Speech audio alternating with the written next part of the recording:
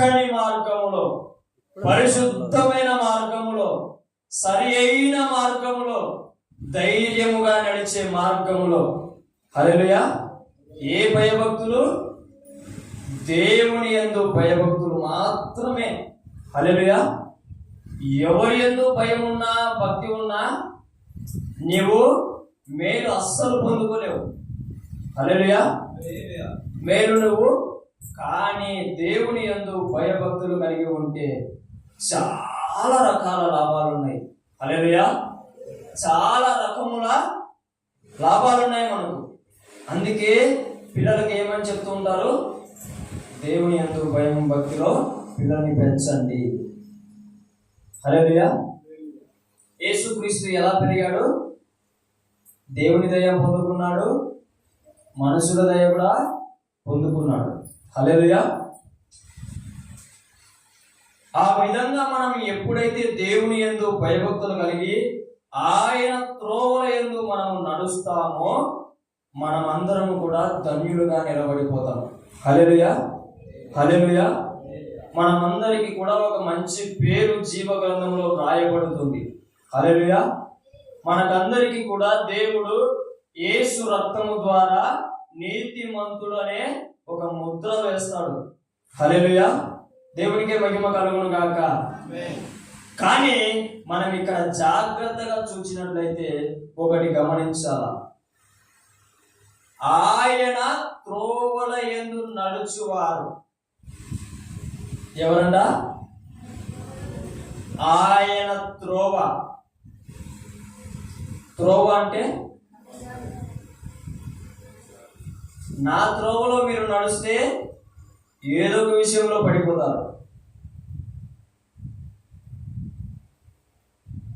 దైవ సేవకురాళ్ళ త్రోవలో నడిస్తే ఏదో ఒక విషయంలో పడిపోతారు. హల్లెలూయా.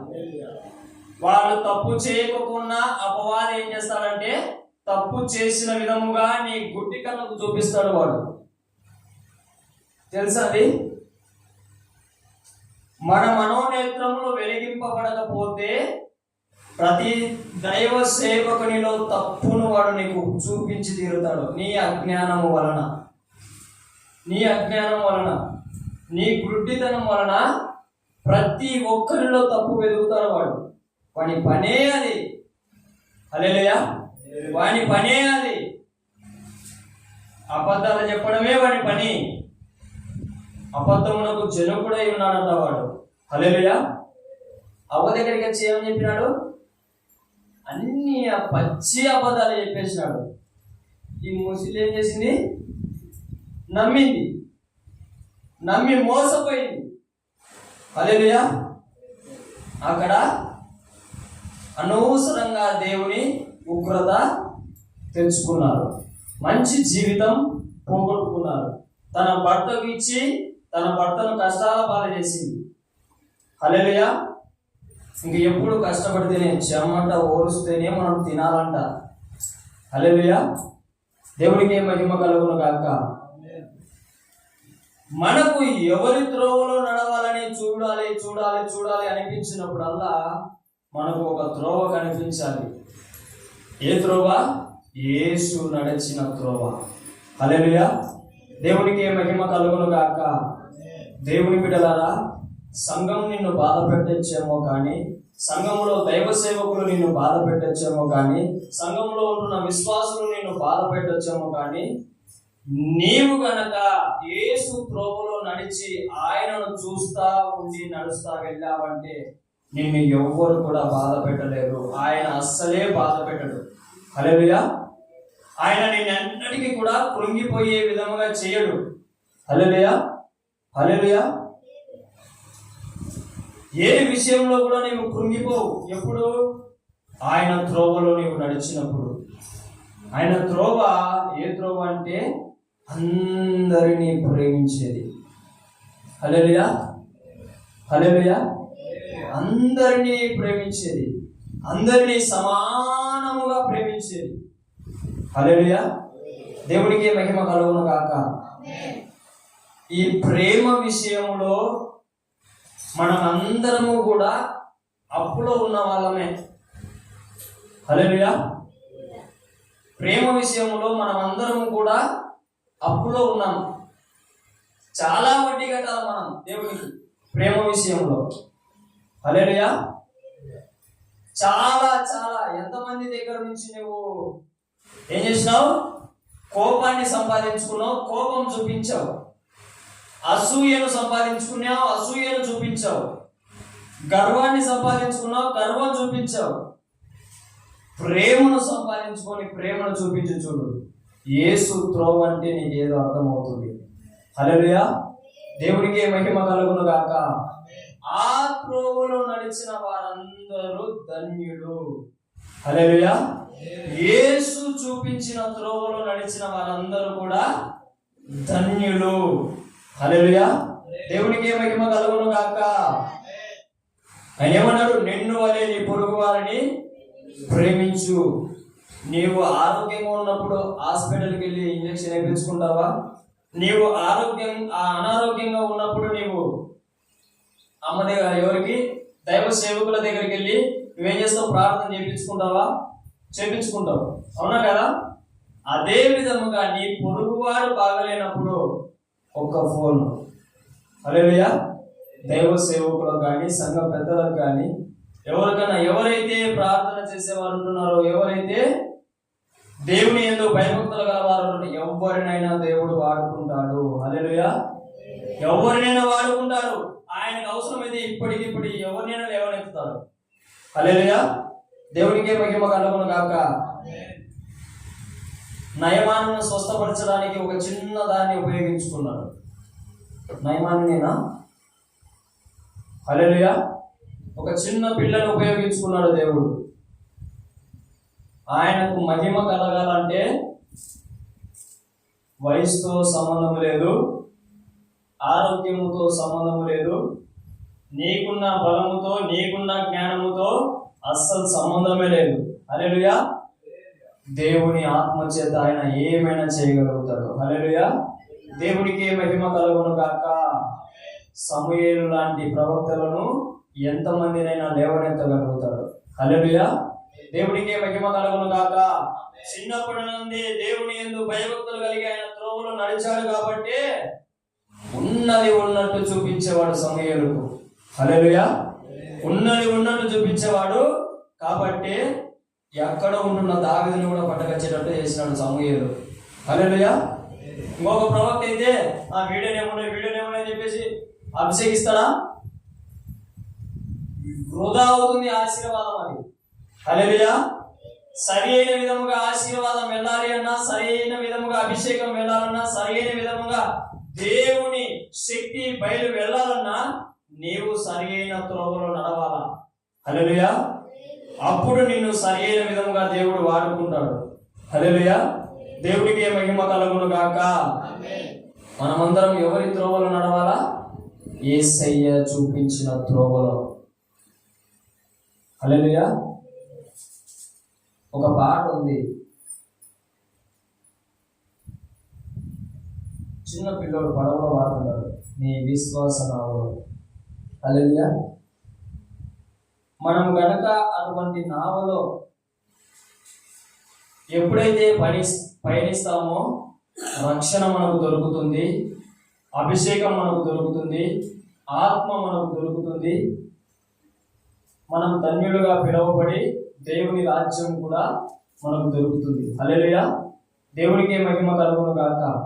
దేవుని బిడ్డలారా, ఎవరైతే చక్కగా పెరుగుతూ చక్కగా ఉంటూ దేవుని యందు భయభక్తులు కలిగి సరైన త్రోవలో, ఆయన చూపించిన త్రోవలో, ఆయన చక్కగా మనకి ఇక్కడ తెలియజేస్తున్నాడు ఏమని? ఆయన త్రోవల యందు నడుచు వారందరూ. ఎవరి త్రోవలో నీవు నడవద్దు. దావీదు త్రోవలో కాదు, దావీదు త్రోవలో కాదు, సంసోను త్రోవలో కాదు, లేదంటే ఈ సురేష్ త్రోవలో కాదు, ఎవరి త్రోవలో కూడా కాదు. ఎవరి త్రోవలో నడవాలా? ఆయన అంటే యేసుక్రీస్తు త్రోవలో నేను నడవాలా. అప్పుడే నీవు ధన్యునిగా దేవుడు నిలబెడతాడు. హల్లెలూయా. దేవునికి మహిమ కలుగును గాక. ఒక్కసారి గనక నీవు దేవుని యందు భయభక్తులు కలిగి ఆయనను రుచి చూచి ఆయన త్రోవలో నడిచావంటే నీవు ధన్యుడవుగా నిలబడి నీ కుటుంబం ఎలా ఆశీర్వదింపబడుతుందో ఆ కింద లేఖనాలు చక్కగా వివరిస్తాయి. హల్లెలూయా, హల్లెలూయా. నిజంగా నీవు అనుకున్న జీవితము నీకు లభిస్తుంది. నిజంగా మనిషిని దేవుడు ఎందుకు సృష్టించాడో నీవు దేవుని యందు భయభక్తులు కలిగి జీవిస్తే నీకు అప్పుడు అర్థం అవుతుంది. అంతవరకు నీకు అర్థం కాదు. చాలా మంది యవనస్తులకు కానీ చాలా మంది పెద్దవాళ్ళకు కానీ ఇప్పటికీ అర్థం కాని పరిస్థితి అంటే నేను ఎందుకు పుట్టాను రా బాబు, నేను ఎందుకు బతుకుతున్నాను రా బాబు, ఈ తల్లి ఎవరురా, ఈ తండ్రి ఎవరురా, ఈ చదువేందిరా, ఈ పని ఏందిరా, నేను ఎందుకు కష్టపడాలరా, నేను ఎందుకు తినాలరా, ఏందిరా ఇది ఒక నటన. హల్లెలూయా. పుట్టడం ఏంది, చచ్చిపోవడం ఏంది, యాడికి వస్తున్నాం, యాడికి పోతున్నాం, ఏంది ఇది ఎంత దిక్కు తెలియని పరిస్థితి. బైబిల్ చదువు, దేవుడి త్రోవలో నడువు, ఎక్కడి నుంచి నీవు వచ్చావో నీకు అర్థం చేపిస్తాడు, ఎలా నడవాలో నీకు అర్థం చేపిస్తాడు, నడిచిన తర్వాత ఎక్కడికి వెళ్తావో కూడా నీకు అర్థమయ్యేటట్టు చేస్తాడు. హల్లెలూయా. దేవుడికి మహిమ కలుగును గాక. నీకు కావాలా వద్దా? గురి ఉన్నోడు పరిగెడతాడా, గురి లేనోడు పరిగెడతాడా? గురి ఉన్నవాడే గురి యొద్దకు పరిగెడతాడు. గురి లేనోడు ఏ సందు పట్టుకుంటే ఆ సందులో పరిగెడతాడు. హల్లెలూయా. నిజమా అబద్ధమా? గురుణ్యుడు మాత్రం అక్కడికే వెళ్తాడు. ఎంత కష్టమైనా, ఎన్ని ఇబ్బందులైనా, ఎన్ని కష్టాలైనా, ఎన్ని నిందలైనా, ఎన్ని అవమానాలైనా. హల్లెలూయా. గురి లేనోడు ఆడ ముళ్ళపాట వస్తానే అది వద్దు ఈ సందులో పోదాంపా, ఆడ రేయి కట్టం పెడితే అది వద్దు ఈ సందులో పోదాంపా, నువ్వు పోయాల కదా ఇంకొకటి చేరుకుంటాడు, నీ గురిని వాడు సంపాదించుకుంటాడు. హల్లెలూయా. మీకు స్కూళ్ళలో మనందరికీ స్కూళ్ళలో నేర్పిస్తూ ఉంటారు. మేడాలు వచ్చి మాధురి లే అంటారు. ఏమని చెప్తారు? నీ లక్ష్యం ఏంటి, నీ గమ్యం ఏంటి, నీ గోడ ఏంటి అంటారు. గోడ కాదు, గోడ ఏంటి అంటారు. అవునా కదా? అలా అడిగినప్పుడు మీరు ఏం చెప్పినారో నాకైతే తెలియదు. హల్లెలూయా. అలా అడిగినప్పుడు మీరు ఏం చెప్పారో మేడాలకు నాకైతే తెలియదు. వీళ్ళకైతే అడిగిండారు, వీళ్ళకు తెలియదు కాబట్టి కొంతమందిని 10, 8, 9, 6, 7 అట్లా అడిగిండారు. హల్లెలూయా. నేను పోలీస్ అవుతా మేడం, నేను డాక్టర్ అవుతా మేడం. హల్లెలూయా. నేను రైతు అవుతా మేడం. ఇంకా కొంతమంది నేను మా అమ్మను మా నాన్నను పువ్వుల్లో పెట్టుకుని చూసుకుంటా మేడం. ఇది ఎవరో చెప్పలే, నేనే చెప్పినా. నిజంగా బాగా పెద్దప్పుడు ఉంటుందని చిన్నప్పుడు బాగా తెలివిగా ఆలోచించాం కదా. మేడానికి ట్రైనింగ్ టీచర్లు వస్తారు కదా, వాళ్ళు వచ్చినప్పుడు ఏం చెప్పినంటే నీవేంటంటే ఏం లేదు మేడం, మా నాన్న చెప్పినా మా అమ్మని చక్కగా పువ్వుల్లో పెట్టుకొని చూసుకోవాలి. అదే మేడం నాకు అందరూ సపోర్ట్ కొట్టారు. మా నిజమే కదా, డబ్బ బాగా వాగింది అనుకునే. లాస్ట్ కుదిర్చే అమ్మను కాలుతుందని నా పరిస్థితి. హల్లెలూయా. అమ్మని చూసుకోవాలంటే ఊరికి మాట ఇచ్చే సరిపోదు, సపోర్ట్ కొట్టుకుంటే సరిపోలే. అమ్మని చూసుకోవాలంటే మనం కష్టపడాలని అప్పుడు నాకు తెలియదు. హల్లెలూయా. కష్టపడాలా, చాలా ఇబ్బందులు అవుతాయి, అన్ని తట్టుకోవాలా. హల్లెలూయా. అమ్మని చూసుకోవాలంటే పని నేర్చుకోవాలా, పని చేయాలా, బాగా చదవాలా, అజ్ఞానంతో మంచిగా రాయాలా, పాస్ అవ్వాలా. ఏమి తెలియదు, మా అమ్మని బాగా చూసుకోవాలి. ఏమి తెలియదు, పోలీసు కావాలా. ఏమి తెలియదు, డాక్టర్ కావాలా. హల్లెలూయా. ఏ వాక్యం తెలియదు, నేను సేవకుని కావాలా. అది ఎక్కడన్నా న్యాయమా? నువ్వు చెప్పావు, చెప్పిన తర్వాత నీవు గనక ట్రై చేస్తే పోలీస్ అవ్వాలంటే నేనేం చదవాలి అని నీకు తెలిసి ఉండాలా. డాక్టర్ కావాలంటే నేనేం చదవాలి అని నీకు తెలిసి ఉండాలా. ఎంత డబ్బు ఖర్చు అవుతుంది నీకు తెలిసి ఉండాలా. ఎంతమంది సహాయం కోరాలి నీకు తెలిసి ఉండాలా. అన్ని ప్రిపరేషన్ చేసుకొని పెట్టుకుంటే ఒక్కొక్కటి ప్రభువా అని నువ్వు మోకరించి అడిగినప్పుడల్లా దేవుడు దారి తీస్తాడు. హల్లెలూయా. ఏది తెలియదు నీకు దారి దేవుడు తెరుస్తాడా? తెరవలేడు దేవుడు కూడా. హల్లెలూయా. ఒక్కొక్కటి ఒకటి అన్ని లిస్టులు వేసుకొని పెట్టుకో. ఒక్కొక్క ప్రాబ్లం వచ్చినప్పుడల్లా అయ్యా అని అడిగి చూడు, ఖచ్చితంగా మూయబడిన దారి ఏమవుతుంది? తెరవబడుతుంది. హల్లెలూయా. దేవునికి మహిమ కలుగును గాక. ఒక పంట పండించాలన్నా దానికి ఏ గింజలు వేయాలా, ఏ మందులు కొట్టాలా, ఎంత వేయాలా, ఎంత తీసేయాలా, హల్లెలూయా, ఏ భూమిలో ఏ పంట వేయాలా అన్ని తెలిసి ఉండాలా. అవునా కదా? కొన్ని చోట్ల శనగకాయ పండుతుంది, కొన్ని చోట్ల వరి పండుతుంది. ఇక్కడ ఒక పంట పండదు. ఆ పంట వేస్తే నష్టపోయేదెవరు? మనమే, వేసిన వాళ్ళే. హల్లెలూయా. దేవుడికి మహిమ కలుగును గాక. ఆదివారము వాక్యం చెప్పడం అంటే ఊరికి ఏదో బైబిల్ పట్టుకొని చెప్పడం కాదు. సంఘానికి ఏ ఆహారం పెట్టాలా అని కన్నీరు కార్చి మోకరించి గంట 2 గంటలు ఏం చేయాలా? దేవుని సన్నిధిలో కురుంగిపోయి ఆత్మను ఏం చేసుకోవాలా? లేవనెత్తే విధంగా చేసుకొని మొదలుపెట్టి అప్పుడు ఒక చక్కని ఆలోచన ఇస్తాడు. సంఘం ఈ విధంగా ఉంది, ఏ మాటలు చెప్పాలి, ఏ విధంగా నడిపించాలి అని అప్పుడు కావలసిన ఆత్మ నడిపింపును దేవుడు సమృద్ధిగా ఇచ్చి పెడతాడు. అప్పుడు చక్కగా నీవు నడిపించగలుగుతావు. ప్రార్థన లేదు, వాక్యం లేదు, సహవాసం లేదు, ఏమీ లేదు. వచ్చి నిలబడి ఓ అని నువ్వు బాగా చెప్తావు, వాక్యమే చెప్తావు, బాగా చెప్తావు, ఏ ఒక్క హృదయానికి కూడా కలుసుకోలేదు.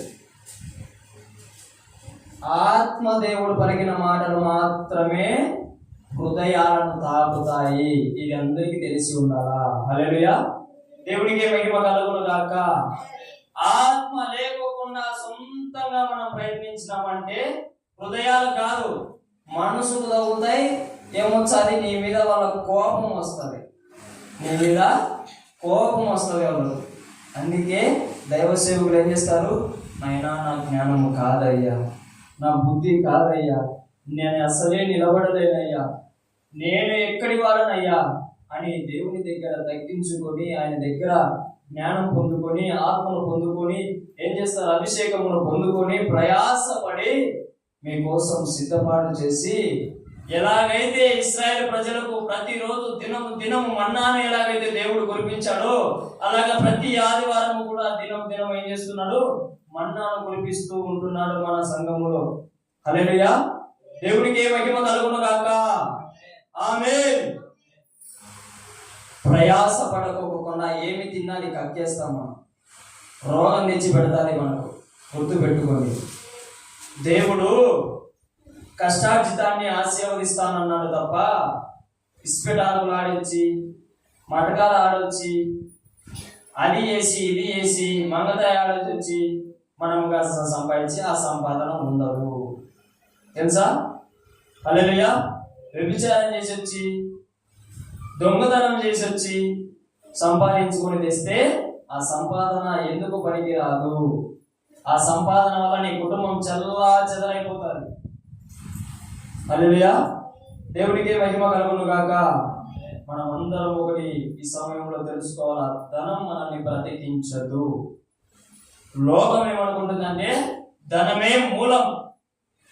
నిజమా పదమా? అన్ని దాలకు ధనమే అంటారు, అన్ని దాలకు ధనమే అంటారు. మన కరోనా వచ్చినప్పుడు చచ్చిపోయేటప్పుడు ధనం ఇలా వేయచ్చు కదా, బ్రతికిండియచ్చు కదా, నీ ప్రాణాలు పోగొట్టుకున్నా. హల్లెలూయా. ధనం నీ ప్రాణమును ఎన్నటికీ ఎప్పటికీ కాపాడదు. యేసుని త్రోవ మాత్రమే నిన్ను కాపాడుతుంది, నీ ప్రాణాన్ని కాపాడుతుంది. హల్లెలూయా. దేవుడికి మహిమ కలుగును గాక. ఆయన త్రోవల యందు ఎవరైతే నడుస్తారో వాళ్ళే సురక్షితంగా బ్రతకగలుగుతారు. చూడండి 2వ వచనం చూడండి. నిశ్చయముగా నీవు నీ చేతుల కష్టార్జితమును అనుభవించదవు. నీవు ధన్యుడవు. ఆమేన్. హల్లెలూయా. దేవునికి మహిమ కలుగును గాక. ఏమంట? దేవుని యందు భయభక్తులు కలిగి ఉండి ఆయన త్రోవల యందు నడిచే వారందరూ కూడా వాళ్ళ కష్టార్జితం ఏం చేస్తారట? చేతుల కష్టార్జితము అనుభవిస్తారంట. ఏమంట? అనుభవిస్తారు. నిజం చెప్పండి, నేను అడుగుతున్నా, నాకు చెప్పకొద్దు, మీ మనుషులకి మీరు చెప్పుకోండి. కష్టపడుతున్న వాళ్ళందరినీ నేను ఒకటి అడుగుతున్నా, నీవు కష్టపడుతున్న డబ్బు నీవు అనుభవిస్తున్నావా? నీ కుటుంబం అనుభవిస్తుందా? హల్లెలూయా. ఎంత వేసినా సరే, ఎంత సంపాదించినా సరే, ఎంత కష్టపడినా సరే చినిగిపోయిన సంచిలో ఉన్నట్టే. ఎందుకు ఇలా జరుగుతుందని ఒక్కసారి ఆలోచించారా? ఒక్కసారి కాకుండా ఒక్కసారి సంపాదిస్తున్నావు, చాలా డబ్బులు ఉంది, కానీ అదేమైపోతుంది? ఎక్కడి నుంచో జారిపోతుంది. ఒక రోగం వచ్చి జారిపోతుంది, దొంగలు వచ్చి ఎత్తుకపోతుంది, జారిపోతుంది. హల్లెలూయా. ఇలా జారిపోవడానికి కారణం ఏంటంటే మనం చక్కని త్రోవలో నడవడం లేదు, యెహోవా యందు భయభక్తులు కలిగి నిలవడం లేదు. అందుకే మన చేతుల కష్టార్జితం మనం అనుభవించలేకపోతున్నాం. హల్లెలూయా. నాకు ఎంత బాధ వేస్తారు కొంతమంది, ఎందుకో తెలియదు కానీ కొంతమంది చూసిన వెంటనే నేను ఆధారపడుతుంది, వీళ్ళు డబ్బులు సంపాదిస్తున్నారు కానీ ఉదాహరణ ఖర్చు పెడుతున్నారు, ఎందుకు అనుభవించలేకపోతున్నారు అని బాధ వేస్తారు. అది ప్రార్థన గదిలో పోయినప్పుడల్లా ఏడ్చాలనిపిస్తారు, వాళ్ళ గురించి ఏడుస్తూ ఉంటారు. ఎందుకు ప్రభా, నీ బిడ్డలు ఎంతో కష్టపడి సంపాదిస్తున్నారు కానీ ఎక్కడెక్కడో తీసుకెళ్ళి వెళ్తున్నారు. హల్లెలూయా. లోకం కోసం వెళ్ళి తీసుకెళ్ళి వెళ్తున్నారే, అనవసరంగా పారేసుకుంటున్నారే. దానికైనా కష్టపడేది? భార్య లేదా, పిల్లలు లేదా, హల్లెలూయా, కుటుంబం లేదా, సంఘము లేదా? ఏ విధంగా నువ్వు డబ్బు ఖర్చు పెట్టకూడదు? హల్లెలూయా. దేవునికే మహిమ కలుగును గాక. దేవుని బిడ్డలారా, మన చేతుల కష్టం మనము అనుభవించి తీరాలి. అది దేవుడు కోరుకుంటున్నది. మన చేతుల కష్టము ఊరి పాలు చేయకూడదు, మనము వ్యర్థంగా పారేసుకోకూడదు. మనము హల్లెలూయా, మనమే అనుభవించాలి, మన కుటుంబమే అనుభవించాలి, మన సంఘమే అనుభవించాలి. హల్లెలూయా. నీవు ఎందుకు కష్టపడ్డావో కూడా నీకు తెలియని పరిస్థితులలో నువ్వు బ్రతుకుతుంటే మనము, అందుకే అన్నా నేను ముందుగా, ఎందుకు బ్రతుకుతున్నామో తెలియదంటే ఇలా జారిపోతుంటే నీకు ఎట్లా తెలుస్తుంది? నీకు నువ్వు ఎందుకు బ్రతుకుతున్నావో నీకు తెలియాలంటే నిలబడాలి కదా. డబ్బు కష్టపడిన డబ్బు నిలబడితే నేను ఎందుకు బ్రతుకుతున్నానో నీకు అర్థమవుతుంది. పిల్లల భవిష్యత్తు గురించి ఆలోచించే వాళ్ళకైతే అర్థమవుతుంది. హల్లెలూయా. హల్లెలూయా. కన్నీటి ప్రార్థన ఎవరైతే చేస్తూ ఉంటారో మీ కన్నీరు ఎన్నటికీ వృధా కానే కాదు. నేను చెప్తున్నా కదా. హల్లెలూయా. దేవుడికే మహిమ కలుగును గాక. నీ కష్టార్జితం నీవు అనుభవించగలుగుతావు. హల్లెలూయా. దేవుడికే మహిమ కలుగును గాక. నీవు ధన్యుడవు. ఎందుకు నీవు ధన్యుడవు? నీ కష్టం నీవు అనుభవిస్తున్నావు కాబట్టి, నీ కష్టార్జితం, నీ చేతుల కష్టార్జితం నీవు అనుభవిస్తున్నావు, నీ కుటుంబం అనుభవిస్తుంది కాబట్టి నీవు ధన్యుడు అన్నాడు దేవుడు. నువ్వు పారేసుకుంటే నేను ధన్యుడు అన్న దేవుడు. నీవు నీ కష్టార్జితాన్ని అనుభవిస్తే నీవు ధన్యుడవు. నీకు ఎప్పుడు కూడా మేలే కలుగుతుంది నాయన. హల్లెలూయా. నీకు ఎప్పుడు మేలే కలుగుతుంది. దేవుని యందు భయభక్తులు కలిగి ఉన్న వాళ్ళందరూ కూడా మేలు కలిగి జీవిస్తారు. హల్లెలూయా. కష్టంలో నష్టంలో కూడా దేవుడు తోడుంటాడు. హల్లెలూయా. మేలే అనుభవిస్తాం మనం అందరము కూడా. 3వ వచనం చూడండి అమ్మా. నీలోకిట నీ భార్య ఫలించు ద్రాక్షావల్లి వలె నుండును, నీ భోజనపు బల్ల చుట్టూ నీ పిల్లలు ఒలీవ మొక్కల వలె నుందురు. హల్లెలూయా. దేవుడికి మహిమ కలుగును గాక. నేను అనుకుంటున్నా, కుటుంబంలో భర్త, భార్య, పిల్లలు ఉంటారు. అందరూ కలిసి ఎంతమంది అన్నం తింటున్నారు?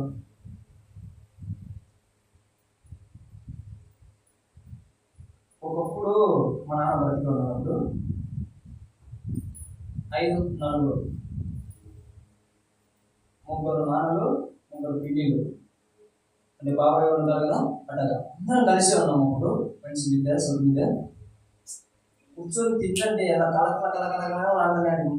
ఎంత బాగా మెరుస్తానేదంటే ఇల్లు అంత బాగా మెరుస్తానేది. హల్లెలూయా. అన్యుడమే అప్పుడు, అన్యుడమే. ఎంత సంతోషంగా ఉండేదని. మా నాన్న ఒకటంటే, ఆ పిన్ని ఒకటంటది, అవతల బాబాయ్ ఒక మాట అంటే, ఇతర జేజు ఒక మాట అంటది, అప్ప ఒక మాట అంటే, నేను మనవడిని ఒక మాట అంట. హల్లెలూయా. చక్కగా మాట్లాడుకుంటే ఎంత ఉల్లాసం, ఎంత సంతోషం. హల్లెలూయా. అలాగా ఉండాలనేది దేవుని ఆశ, దేవుని ప్రణాళిక. నీ లోగిట నీ భార్య ఫలించు ద్రాక్షవల్లి వలె నుండును, నీ భోజనపు బల్ల చుట్టూ నీ పిల్లలు ఒలీవ మొక్కల వలె నుందురు. నువ్వు పిలుస్తాని నీ పిల్లలు పలుకుతున్నారా? హల్లెలూయా. నువ్వు రా అంటానే ఏం చేయాలా? పిల్లలు రావాలా. నువ్వు ఇది చెయ్యాలనే చెయ్యాలా. అది పచ్చని ఒలివ చెట్టు.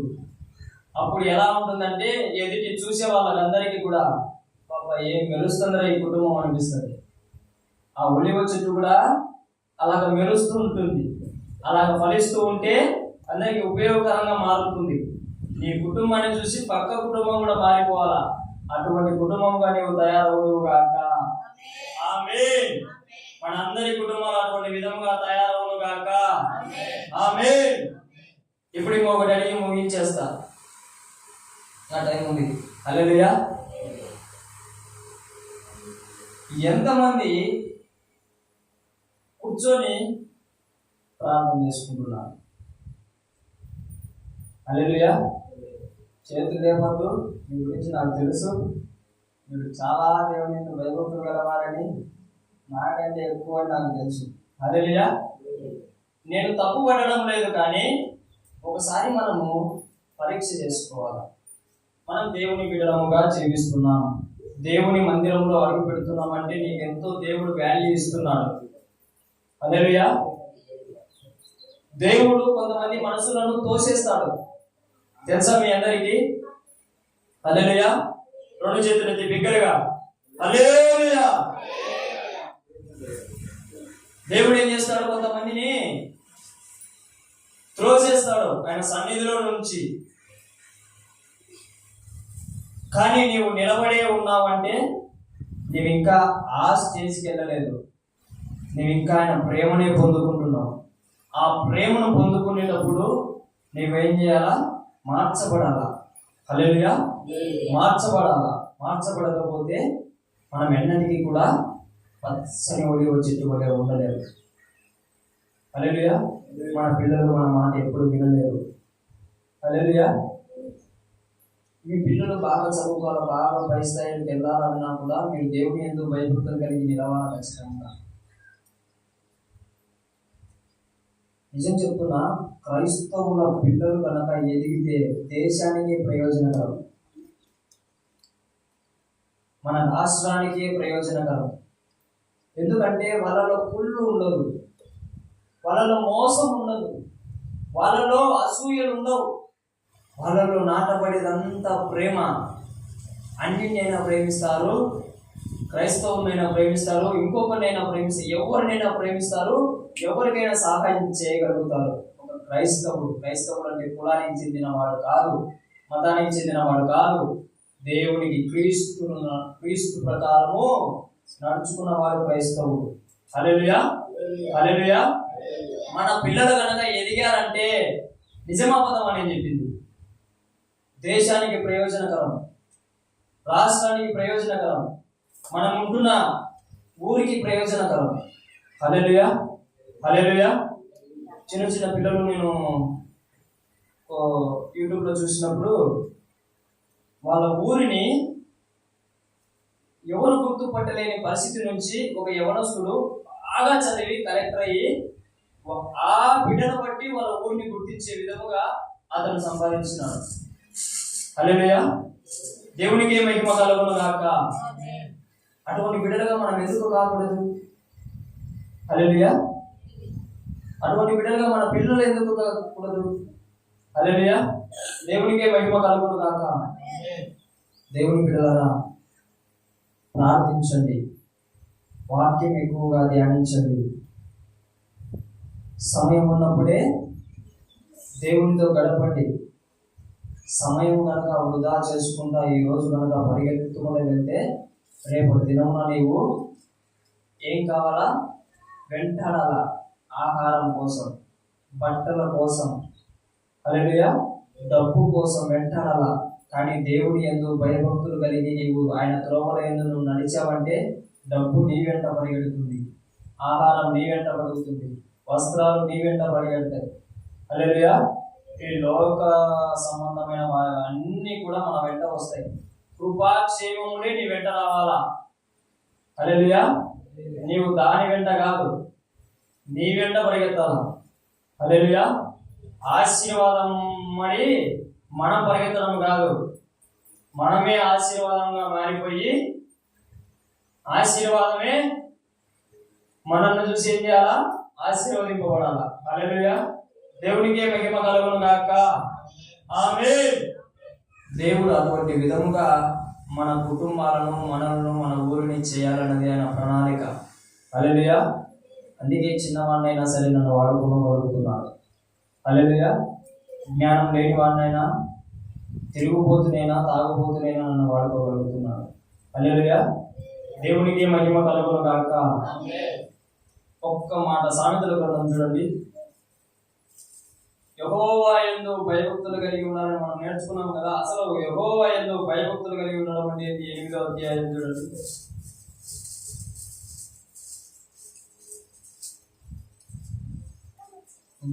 8వ అధ్యాయం 13వ వచనం.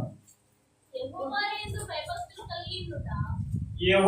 యందు భయభక్తులు కలిగి ఉండుట చెడుతనాన్ని అసహించుకోవడమే. హల్లెలూయా. హల్లెలూయా. చెడుతనం ఏంటి?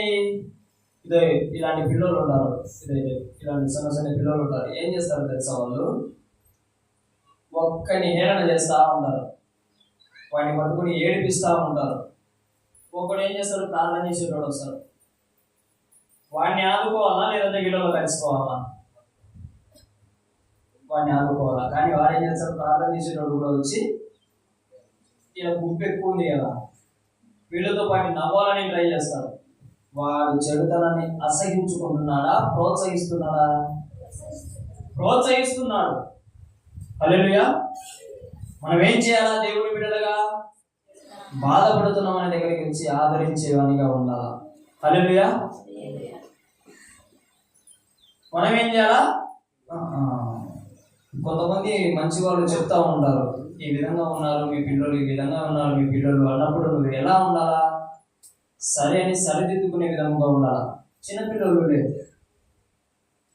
హల్లెలూయా, చిన్నపిల్లలులే అని కనుక నీవు అన్నావంటే రేపటి రోజు నువ్వు చిన్నపిల్లలు అయితే వాళ్ళు కాళ్ళు అంటారు.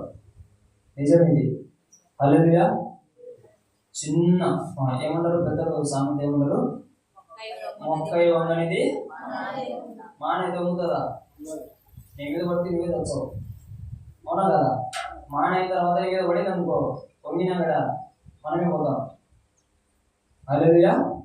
అందుకే చిన్నగా ఉన్నప్పుడే కొట్టడము, అరసడము ఏం చేయాలో భయం పెట్టుకొని ప్రార్థనకు పంపిస్తా, సువార్తకు పంపిస్తా, ప్రార్థన చేపిస్తా, ఇంట్లో వాక్యం చదివిస్తా. మీరు ఏం చేయకపోయినా పర్లేదు, పిల్లల్ని కొంత ఏజ్ వచ్చేంత వరకు ప్రార్థనలో, వాక్యంలో పెంచండి. నువ్వు ₹1 ఇవ్వాల్సిన అవసరమే లేదు. నువ్వు ₹1 నీ ఆస్తి అసలు వాడికి ఇవ్వాల్సిన అవసరమే లేదు. వాడే బతుకుతాడు, వాడు బ్రతకడం కాకుండా వాడే నిన్ను సాగుతాడు, నిన్ను పోషిస్తాడు వాడే.